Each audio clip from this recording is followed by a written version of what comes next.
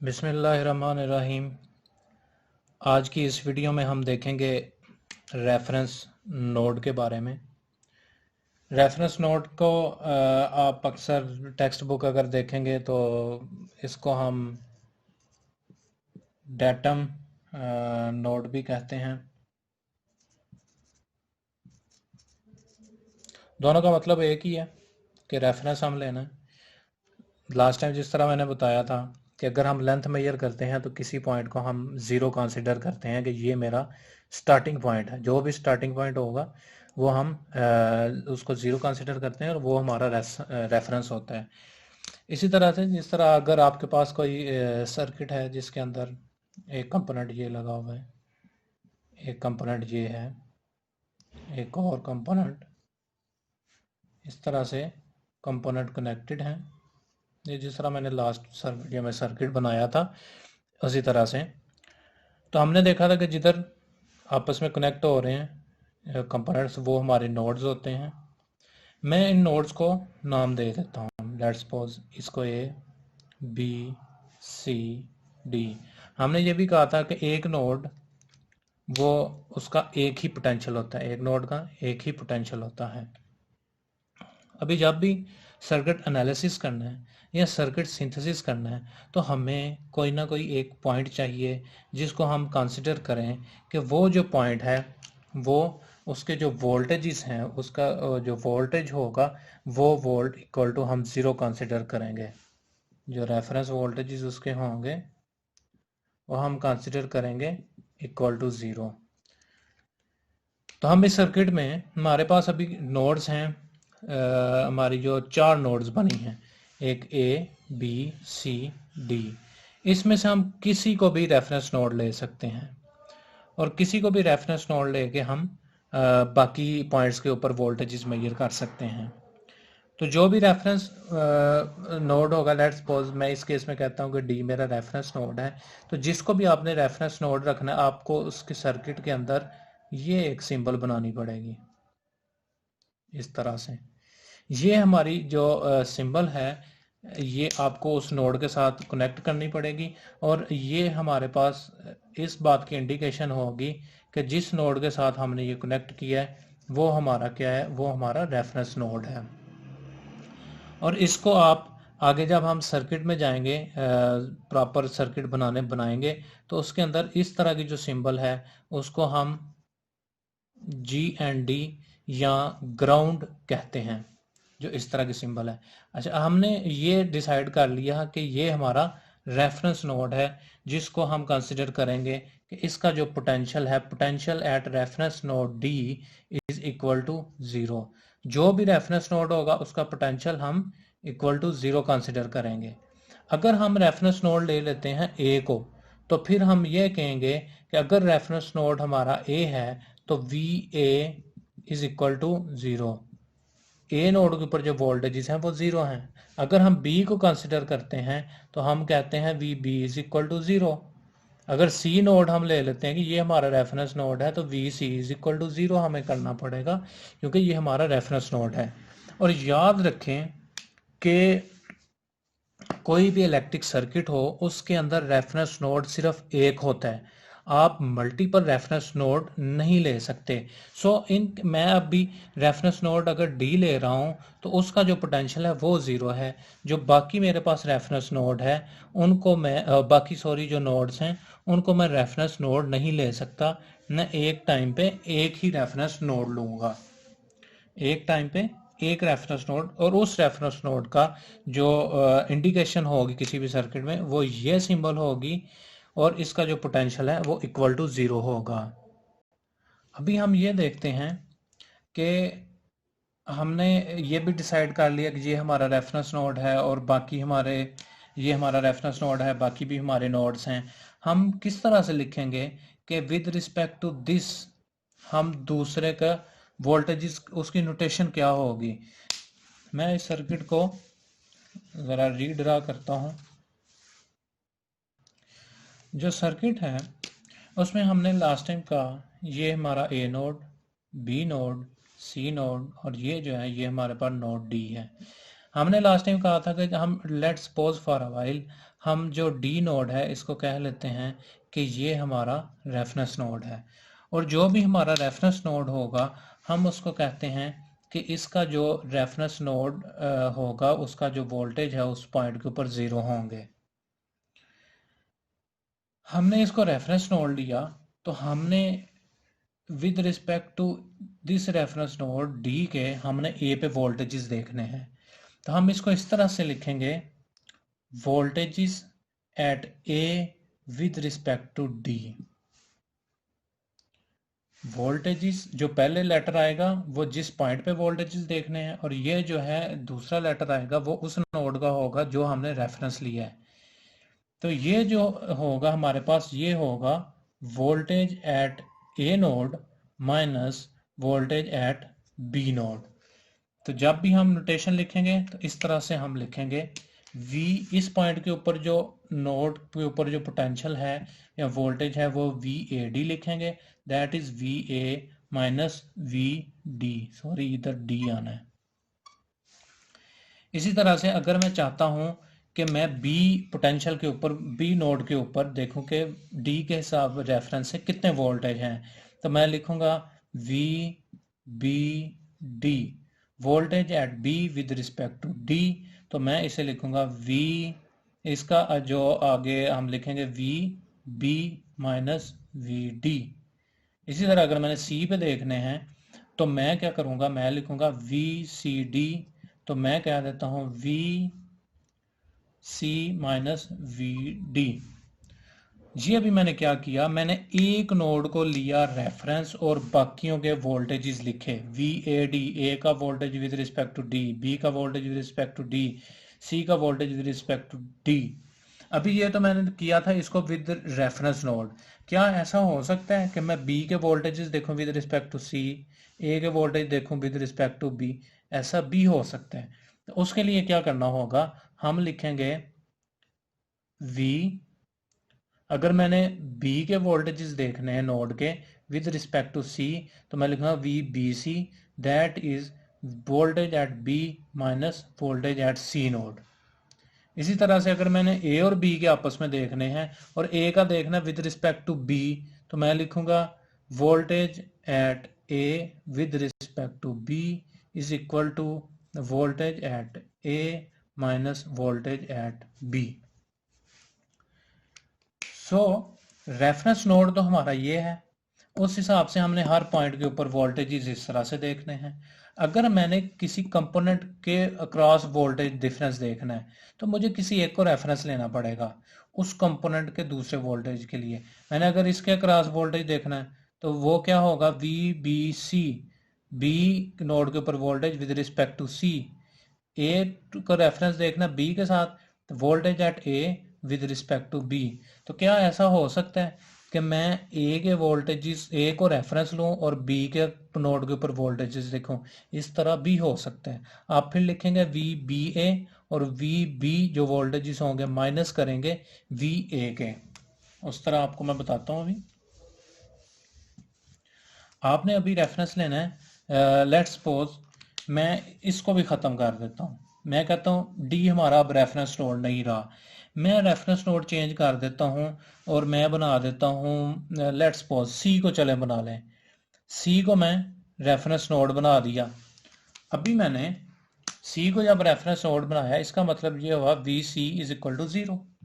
जब VC equal to 0 होगा तो इसका मतलब ये है कि अगर मैंने वोल्टेजेस देखने हैं D के ऊपर विद रिस्पेक्ट टू C तो मैं लिखूंगा VDC, that is VD minus VC। जो नोड के वोल्टेजेस इधर होंगे विद रिस्पेक्ट टू C वो इस तरह से लिखे जाएंगे। कहने का मतलब ये है कि ये नोटेशन, पहले हमने D रेफरेंस लिया था तो आप समझ लें कि हमने मल्टीमीटर की एक प्रोब यहाँ रखी, दूसरी प्रोब यहाँ रख के चेक किया, फिर इधर रख के चेक किया, फिर इधर रख के चेक किया। तो हमने जिस प्रोब को हिलाया नहीं वो हमने नोड को लिया था एज अ रेफरेंस। अभी मैंने रेफरेंस चेंज करके C पे ले गया तो एक्चुअल में क्या हम करेंगे कि इधर हमने एक प्रोब रखी मल्टीमीटर की, दूसरी और जो है हमने D पे लगाई, फिर चेक किया, A पे लगाई चेक किया, B पे लगाई चेक किया। इस तरह से हमने रेफरेंस चेंज कर दिया। तो हम मैथमेटिकली हम इस तरह से इसे लिख देते हैं जिस तरह ये मैंने लिखा हुआ है। और अगर मैंने बी का देखना with respect to C, V B C that is V B minus V C. अगर मैंने ए का देखना है तो मैं लिखूंगा V A C that is V A minus V C. तो इस तरह से आप रेफरेंस नोड को चेंज कर सकते हैं। रेफरेंस नोड को आप, लेकिन आप एक टाइम पे एक ही रेफरेंस नोड रखेंगे। और अगर आपने किसी कंपोनेंट के अक्रॉस, मतलब मैं चाहता हूँ मैं मल्टीमीटर पकड़ा और उसकी मैंने प्रोब इस तरह लगा दी, तो इसको मैथमेटिकली इस तरह से लिखूंगा, मैं किसी एक को रेफरेंस लूंगा। अगर ए को रेफरेंस लिया है तो बी को देखना है तो इधर प्रोब रखी एक और दूसरी इधर, तो वो होगा V B minus V A. वो वोल्टेजेस होंगे V B A, voltage at B node with respect to A. तो ये जो रेफरेंस नोड है उसका ये फायदा होता है कि आपको एक पॉइंट मिल जाता है जिसको आप कह सकें कि ये एट जीरो पोटेंशियल है, और उसको आप उस पॉइंट के हिसाब से आप बाकी हर जगह के ऊपर वोल्टेजेस देख सकें। अच्छा, ये हमने अंडरस्टैंडिंग के लिए एक मैंने एग्जांपल ली जिसके अंदर ये है कि आपके जो एलिमेंट कंपोनेंट लगे हुए हैं, electric component x1 x2 x3 x4 x5, और इनके अक्रॉस जो ब्रांच वोल्टेजेस हैं, x1 के अक्रॉस 1 वोल्ट है, x2 के अक्रॉस 4 वोल्ट, x4 के across 3 volt, x5 2 volt, x3 5 volt. तो हम देखेंगे कि हम अगर एक नोड लेते हैं एज अ रेफरेंस तो हमारे वोल्टेजेस बाकी नोड्स के ऊपर क्या आएंगे। अगर हम रेफरेंस चेंज कर देते हैं तो हमारे वोल्टेजेस क्या आएंगे। तो सबसे पहले हम ये करते हैं कि लेट्स सपोज हम जो हमारे पास नोड ये वाला है इसको हम ले लेते हैं, ये रेफरेंस है। तो मैं इसके साथ ये मैं सिंबल बना दी, इससे ये पता लग गया कि बी नोड हमारा रेफरेंस है। तो जो रेफरेंस नोड होता है, हमने ये बात की थी, जो भी रेफरेंस नोड होता है उसके अक्रॉस जो वोल्टेजेस हमारे पास आएंगे वो होंगे इक्वल टू ज़ीरो, क्योंकि ये हमारा क्या है, ये हमारा रेफरेंस नोड है। जब हमारा ये रेफरेंस नोड है तो हमने वोल्टेजेस लेने हैं एट, वोल्टेजेस हम पहले अगर फाइंड करें ए के ऊपर तो मैं लिख सकता हूँ voltages at A with respect to B is equal to V A minus V B. V A के ऊपर आप देखें नेगेटिव इस तरफ है, पॉजिटिव इसका इस तरफ है, तो जब मैं चेक करूंगा तो ये होंगे -4 वोल्ट, और वी बी इज 0, तो ये मेरे पास क्या आंसर आएगा, -4 वोल्ट। तो V voltage at A with respect to B is -4 volt. ठीक है, अभी हमने क्या रेफरेंस रखा था, VB equal to 0।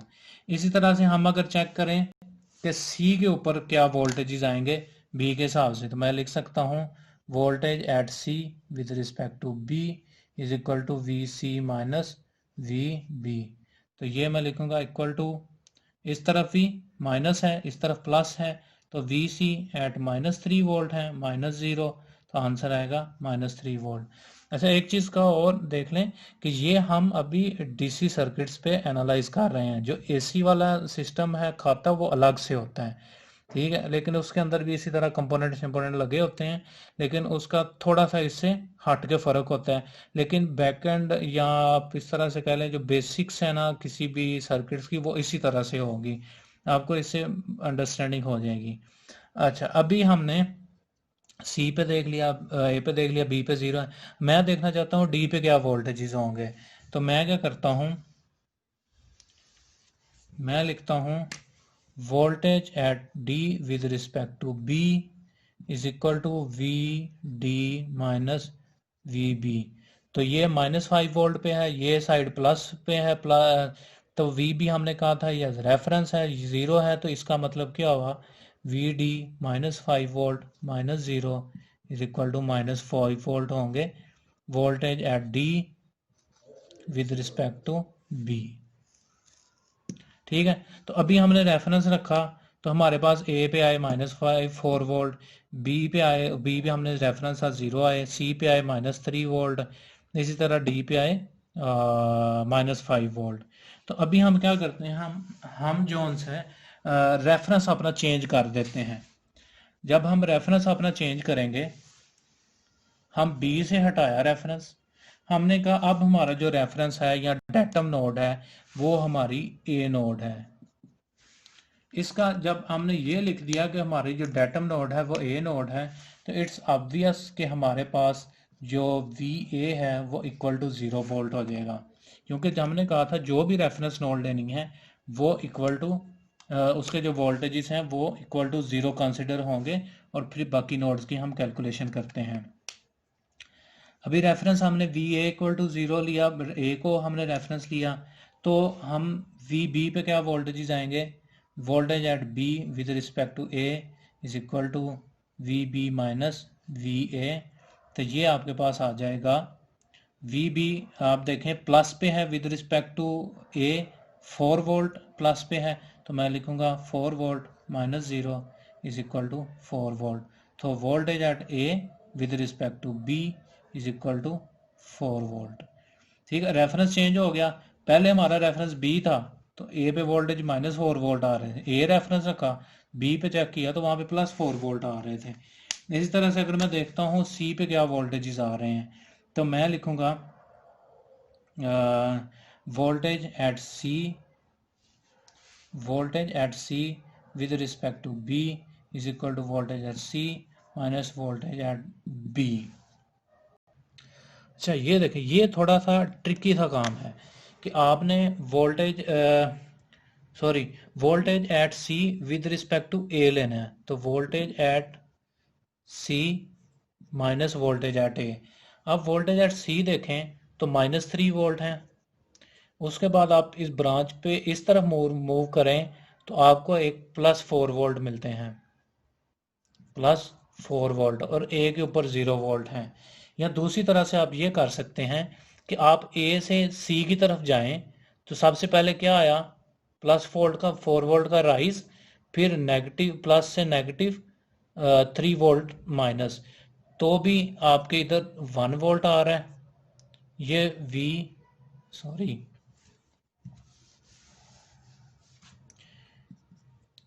We C minus V A. तो आपने क्या करना है, ए से आपने जाना है सी की तरफ, ए से आप सी की तरफ जब जाएंगे सबसे पहले 4 वोल्ट का राइज आया, नेगेटिव से प्लस की तरफ जब एग्जिट किया तो हम पोटेंशियल में राइज आया, जब प्लस से माइनस से एग्जिट करेंगे तो माइनस उतने जितने भी हमने इसको प्लस से नेगेटिव की तरफ गए तो हमने 3 वोल्ट गए, 3 वोल्ट का लॉस हुआ, तो ये हमारे पास 1 वोल्ट आंसर आ गया। जब भी कैलकुलेशन करनी है इसी तरह से होता है, जो भी आप रेफरेंस नोड लेते हैं उससे हम मूव करते हैं दूसरी नोड की तरफ जहाँ पे पोटेंशियल देखना है। ठीक है, अभी इस तरफ जाने का एक तो आपके पास ये रास्ता था, और एक तो आपके पास जाने का इस सी पे ये रास्ता था, दूसरा आपके पास जाने का ये रास्ता था। अगर मैं इस रास्ते से कैलकुलेट करूं तो आप देखेंगे कि आपके पास वी सी ए अगर कैलकुलेट करूं इस रास्ते से सी पे जाने के लिए, तो सबसे पहले फॉल आया 1 वोल्ट का, -1 वोल्ट का फॉल, इसलिए क्योंकि एंटर हुए पॉजिटिव से, एग्जिट किया नेगेटिव से, और फिर हम एंटर हुए नेगेटिव पे, एग्जिट किया पॉजिटिव से, तो राइज आया 2 वोल्ट का, तो ये इक्वल टू किसके हो गया, 1 वोल्ट। तो इससे ये भी बात साबित होगी कि इस एयर को रेफरेंस लिया, इस नोड को हम अप्रोच करें चाहे इधर से चाहे करें इधर से, उस नोड के ऊपर जिसको हम वोल्टेज जिसके मेजर कर रहे हैं वो उसके वोल्टेज सेम रहेंगे।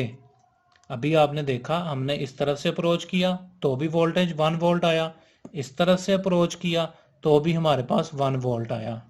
सो ये भी कंफर्म हो गया कि जो नोड के वोल्टेजेस हैं वो हमेशा सेम रहते हैं। हमने ये भी देखा कि अगर हम रेफरेंस चेंज कर दें तो जो बाकी नोड्स हैं उनके ऊपर फिर वोल्टेजेस चेंज हो जाएंगे। सो जब भी आपने सर्किट एनालिसिस या सिंथेसिस करना होता है तो आप एक टाइम पे एक ही रेफरेंस लेते हैं, उसको रेफरेंस लेके आप बाकी जितनी भी कैलकुलेशंस हैं वो करते हैं। उम्मीद करता हूँ आपको रेफरेंस नोड और या डेटम नोड की अच्छी अंडरस्टैंडिंग हो गई होगी। इसमें हमने एग्जांपल भी देख ली, इसकी नोटेशंस भी देख ली, और नोड को हमने चेंज करके भी देखा कि उससे क्या फ़र्क पड़ता है। उम्मीद करता हूँ आपको इन चीज़ों की समझ आई है। और अगर आपको चीज़ों की समझ आई है तो चैनल को सब्सक्राइब कर दें।